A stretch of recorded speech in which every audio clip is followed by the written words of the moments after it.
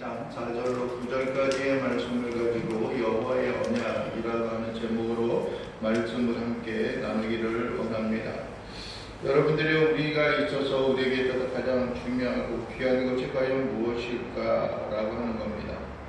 주님 우리에게 주어진 것들, 또 하나님께서 우리에게 늘 변화가 되어지고 강건함 가운데 거하기를 원하는 중요한 요소들이 있습니다. 그것은 우리가 항상 저 세상 가운데 휘둘리지 아니하고 하나님의 은혜와 능력 가운데 거하는 그러한 신앙과 믿음을 지키기를 원하는 것들입니다. 우리 사람은 좀 때로는 인정하는 함을 받기를 원하는 그러한 모습들이 있습니다. 당신은 무엇이든지 할 수 있습니다. 당신이 없으면 안 됩니다. 당신이 최고입니다. 우리 인간들은 어떠한 것도 능력이 있습니다 라고 하는 그러한 인정함을 받는 그런 모습으로 살아가기를 원합니다.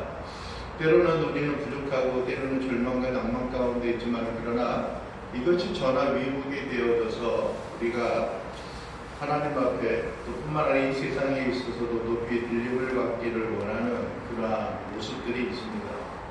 그러나 우리 인간의 마음에 또 우리가 인간의 본질적인 요소는 우리가 분명히 또 잊지 않고 기억을 해야 하는 내용들이 있습니다. 여러분들이 우리에게는 전능함이 있는 것이 아니고 우리는 나약한 존재요 부족한 그러한 존재라고 하는 것들입니다.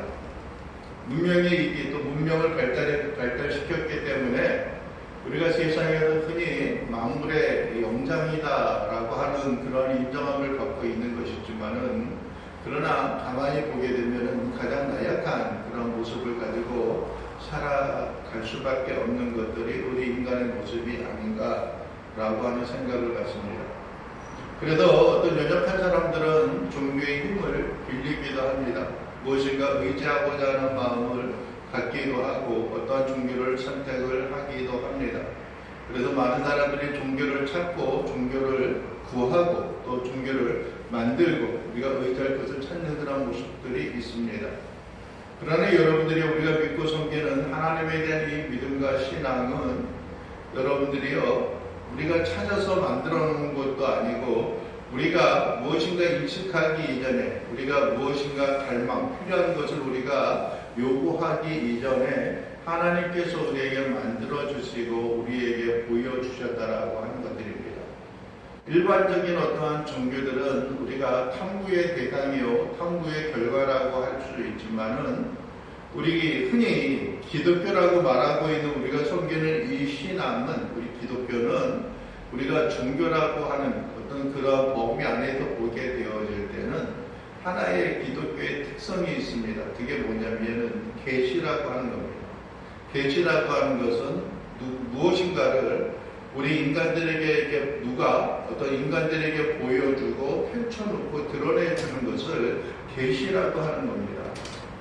우리가 알 수 없었던 우리가 인지하지 못하였던 것들을 하나님께서 우리 앞에 놓여주신 것들이고 또 하나님께서 우리에게 펼쳐 놓아 주셨다라고 하는 겁니다. 그래서 일반적인 사람이 가지고 있는 그런 종교의 개념하고는 무엇인가 근본적인 차이가 있습니다. 그리고 우리는 인정을 해야 해요.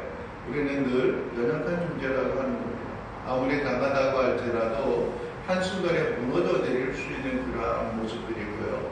아무리 강하고 흔히 말하기에 당당하게 살아간다라고 할지라도 한 어떤 그 입장에 있어서는 우리는 연약한 가운데 놓일 수밖에 그런 없는 그런 존재라고 하는 겁니다.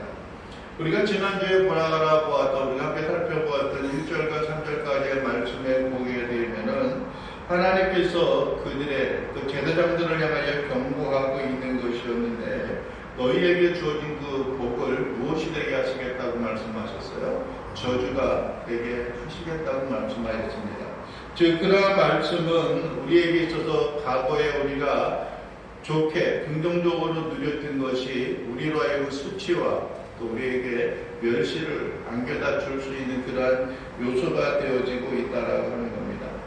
즉 너희가 돌이키고 너희가 한번 회복되어질 것이 되어져야 한다라고 하는 말씀입니다. 오늘 4절에서는 하나님께서 그렇게 말씀합니다. 만군의 여호와가 이르노라. 즉 이 명령 그들이 가지고 있는 복과 저주에 대한 그러한 명령 말씀을 하신 것은 다른 어떠한 것들이 아니라 하나님과 우리의 관계를 회복하기 위한 것입니다. 어떠한 사람들은 그냥 이 모습 이대로 살아가기를 원하는 것들이 있습니다. 하나님과 우리 인간의 관계, 또 하나님과 제사장의 관계, 또 하나님과 이스라엘의 관계가 어떠했는가라고 하는 것을 여러분들이 한번 되새겨보고 살펴볼 수 있어야 하는 것입니다.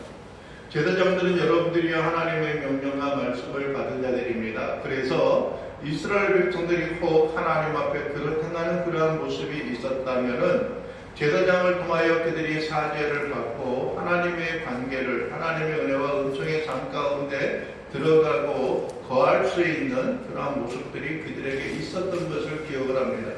그래서 제사장을 통하여서 그들이 짐승을 잡아 하나님 앞에 드림으로 말미암아 하나님 앞에 범죄하고 단절된 그러한 모습들이 이제는 하나님과의 친밀한 관계를 가지고 있었습니다.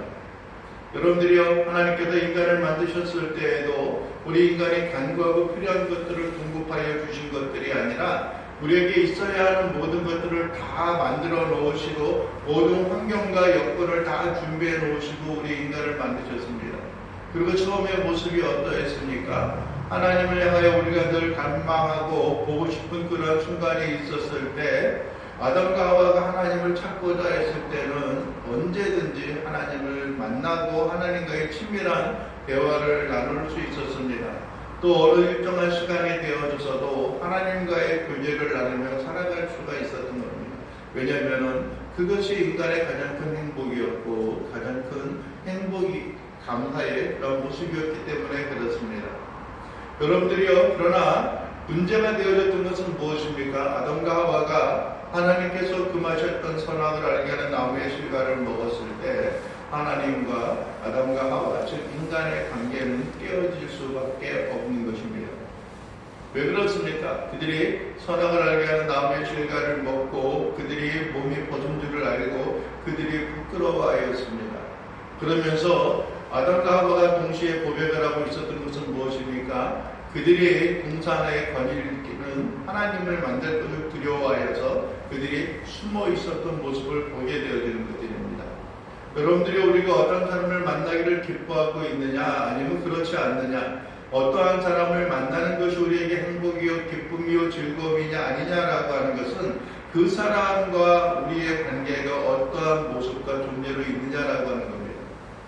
무엇인가 상대방에 대한 미움이 있고 상대방에 대해서 우리의 마음이 해결되어지지 아니한 그런 무거운 모습이 있다라고 한다면은 우리는 그 사람을 만나는 것이 꺼려지는 겁니다. 가능하면 그 시간을 회피하게 되어지는 것들이고, 가능하면 그러한 시간을 피하려고 하는 그런 마음과 그런 태도가 우리로 하여금 갖게 되어지는 것입니다. 여러분들이 오늘 하나님은 제사장들을 향하여 이야기합니다. 너희에게 이러한 명령을 한 것은, 너희에게 이러한 말씀을 하고 있는 것은 다른 게 아니라 레위와, 즉 너희와 세운 제사장들의 직분과 본분을 가지고 있었던 첫사람, 첫 지파였던 레위 지파에게 맺어 주었던 그러한 언약을 너와 나 사이에 항상 있게 하기 위한 것이라는 겁니다. 언약이라고 하는 것은 우리의 마음에 늘 기쁨과 즐거움이 있는 겁니다. 무엇인가 보증이 되어진 겁니다. 하나님께서 우리에게 약속하여 주셨던 저 하늘나라와 저 소망, 이 땅 가운데 있어서 어떤 위기와 어려움 가운데 있어서도 하나님이 우리를 지키시고 돌봐주실 것이다 라고 하는 그러한 언약이 우리에게 있습니다. 그러면 우리는 살아나가는 삶에 있어서 당당함과 담대함과 하나님 앞에 능히 이겨나갈 수 있을 것 같은 그런 은혜와 은총의 삶 가운데 살아갈 수 있는 것입니다. 그 언약이 우리에게 주어졌기 때문에 그렇습니다.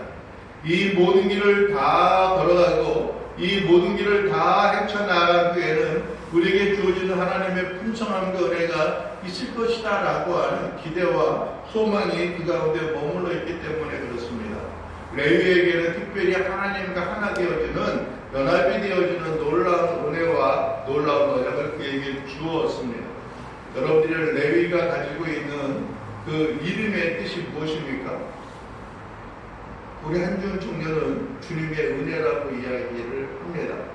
주님의 은혜 가운데 태어났기 때문에 또 주님의 은혜가 아니면 태어날 수가 없었기 때문에 그 이름이 주은이에요. 아마 주은이가 아니었으면 만복이나 만영이나 그런 쪽으로 이름이 바뀌었을지도 몰라요. 1만 만자에다가 형통할 형자 써가지고 만사형통 이렇게 이름이 바뀌었을지도 몰라요. 지금 들어보니까 그게 더 좋다고 생각하는지는 모르겠지만은, 그러나 주이라고 하는 그 이름이 그에게 주어졌습니다.